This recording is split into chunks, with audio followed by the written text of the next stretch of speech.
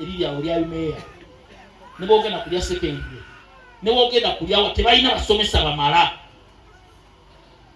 era abasomesa bangi badduse mu by'obusomesa abamu bagenze ku byeyo abamu bali kuziboda wansi ng'emu ekulembera byonna nsasula gavumenti yasufulumiza polisi abasomesa mu masomero ga primary baagala okutandika n'omwaka ogujja nga buli omu alina diguri tebabayambyeko kubasomesa abasomesa bafuna ssente entono gavumenti teyina polisi gyetaddewo nti nno tugenda bayamba bwetuti ne bwetuti ne bagamba katwetaaga wa diguri kibeera kitegeeza ki abaana bagenda kusigala nga tebalina abasomesa bo bennyini ne mu masomero ga gavumenti ne bwotuukako awo ndowooza essomero tulina abaana defisiti yabasomesa nga 6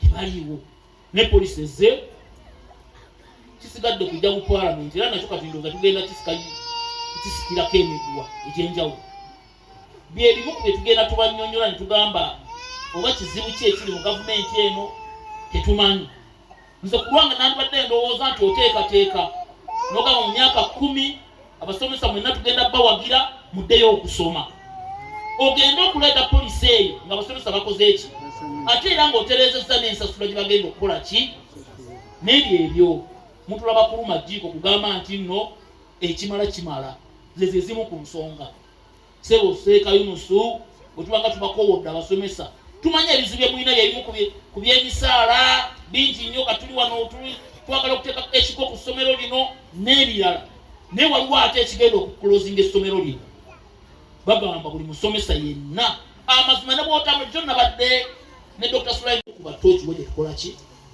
gyetulaga era oluusi twali tulowooza Mwami Museveni bwe yalonda mukyala we n'amuteeka wano ku lubirizi nti naye ate gyakomye okumuteeka wano ebyo gye bikomye okukola ki mwawulidde institute ya Amini gyebadde tegenda kugasa nze tegenda wabula kugasa bannansi naye olw'obukyayi n'obutaagaliza n'okuwamba ebitongole bya gavumenti ebyenjawulo Mwami Museveni yagambye Amini mubi nnyo teyeetaaga na kujjukira yadibaga eggwanga lino yawamba na buwambi obuyinza yenna Amini bwe yali atwala obuyinza teyatta muntu n'omu Museveni yatta abantu abali mu kinaana bino mulina okuyiga okubikompeyalinga era ne mbyogera bwe yali ajja mu buyinza ate nakati akyatta ate tumanyi ne bw'anaaba agenda mwenyweze basebo ne banyabo sebo seekayunufu nawadde wakujja wano ne keeki enene ne keeki na dunya hasana Allahu akbar وقنا عذاب النار وعذاب الدين وعذاب القبر وعذاب الفقر وارزقنا من احسن الى يوم الدين اللهم افتحنا ابواب الجنه اللهم افتحنا ابواب الفهم اللهم افتحنا ابواب الفهم اللهم افتحنا ابواب الفهم اللهم افتحنا ابواب الرزق اللهم افتحنا ابواب الرزق اللهم افتحنا ابواب الرزق يا مقلب القلوب ثبت قلوبنا على دينك رب العالمين ربنا زدنا علما وارزقنا فهما ربنا زدنا علما وارزقنا فهما ربنا زدنا علما وارزقنا فهما اللهم اجرنا من النار ربنا ارحمنا كما ربيانا صغيرا اللهم اغفر بكابرنا وابائنا وامهاتنا من النار اللهم افتحنا ابواب الجنه اللهم افتحنا باب الفهم اللهم افتحنا باب الرزق صلى الله على سيدنا محمد وآله وصحبه وسلم الحمد لله رب العالمين ekigambo kino ekyokukama kintu kikulu nnyo bamaama bwe mukkiriza okka mwebale nnyo mwebalire oleeta wano abaana bati masebo bamaseeka bali wano ezeseeka salimu mukulwa mukulu w'ettwale ya mukoyo emyaka 30 ate endiwammwe endiwa ennamasumbi ennabasumbi bwe nakulira nkatibwe waffe eri mu nkonge nesiuwa kikayo lwabano netujja kusoma wano ennamasumbi siri mugenyinza nnabasumbi abantu bafudde kutya basebo manyabo muno munsi temulirimu kintu kyerera kyonna mulimu kusomesa mwana ate omwana w'omugagga tasoma owamwavu yasoma n'olwensonga eyo munywere bamaama engoye mulimu zimala naye engoye 50 gonna gweyagala omwana anaasoma atya asebo bakulu abali wano beekayigidde abazzukulu mubaweerere sente basome naye ekyokubera esente ekyokubera okubanyonnyola mulina esente mugendeeko emakka esente muzirina naye mugendeeko emakka tuleme kubalimbalimba bino okwekale ekwogera wano werekereko naawe n'amaaso go gendako emakka okubewo naawe olabe embeera gy'onoofaana olwensonga eyo mutulompoloti opoloti kamala okugenda okukola edda nogenda musomewo abasomye n'abatasomye basobola okwenkana nga kiddibwamu tebasobola kukwenkanankana. Twebaza muganda waffe dayirekita w'essomero lino olw'okuba nti atuukirizza omulamwa gwe twaluubirira okubanga Qur'an esomebwa mu kifo kino. Abaana abo muwulidde emisingi gyabwe mirungi era basomye ebigambo nga balaba bato bwe banaagendako mu maaso emyaka nga 3 bajja kuba banjawulo. Tukwebaza Sheikh Yunusu olw'omulamwa ogwo gw'ogobye gwe twaluubirira okubanga tuteekawo essomero.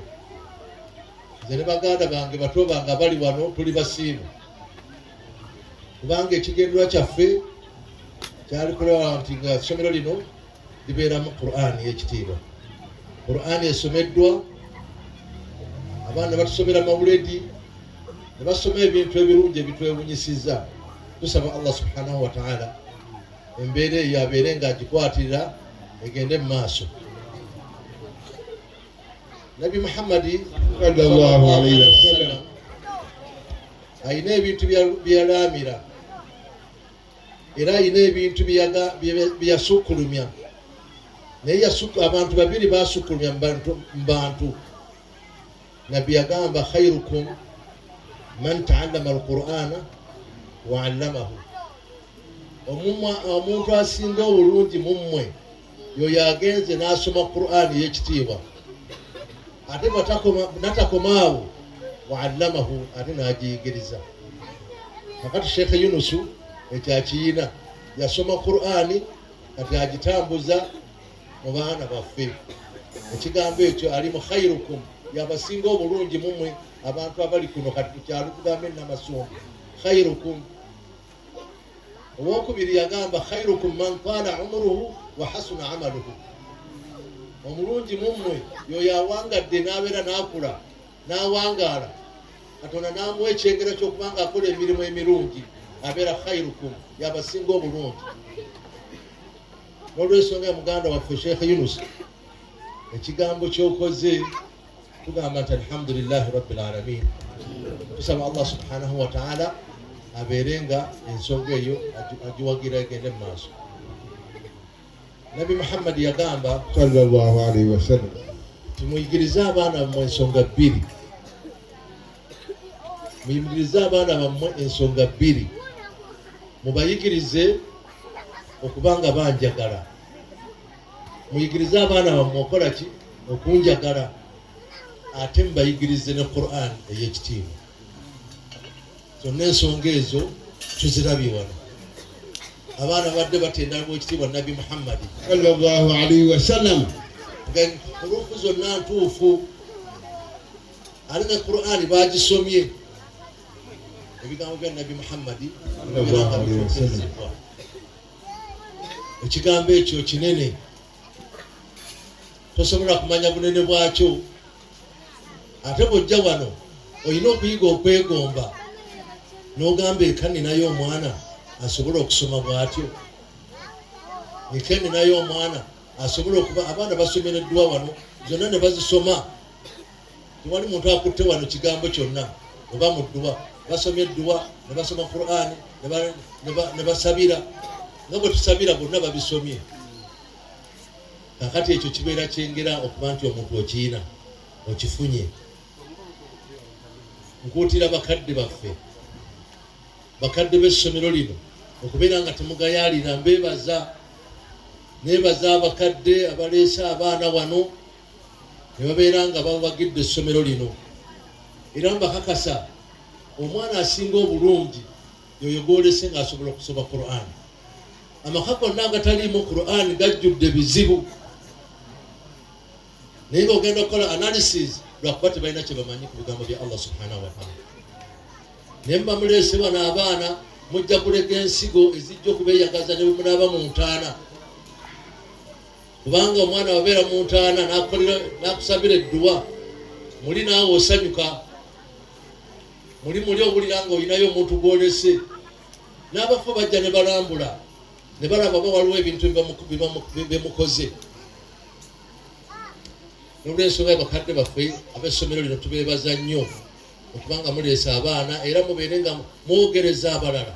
Mbagambe nti essomero ddungi, abaana basomye bulungi, baleete n'abaana abalala. Era ne neebaza abasomesa abalungi abakola omulimu gw'okutendeka abaana baffe. Omulimu gw'obusomesa singa mu bantu abakola emirimu, omusomesa alina eddaala ddene mu maaso ga Allah subhanahu wa ta'ala, kubanga buli harufu yonna egenda okufuluma mu mwana oyo paka lwaliva mu dduniya, omusomesa agirinako sheya. Kati abasomesa abo abaana bebasomesa n'abalisomesa abo abalijja nga bavuddemu ggwe, era obagenda okubafunamu empeera. Katwebaza abasomesa. Obusomesa mulimu gwa bugumiikiriza. Kambabuulire, obusomesa mulimu gwa bugumiikiriza. Nze naliko ku ssomero, abazadde oyinza okutuuka ku nkomero y'omwaka nga sente deficit weeri miliyoni nnamba oba miliyoni 2. Abasomesa bazaagala naye teziriiwo, abazadde baganye ozisasula.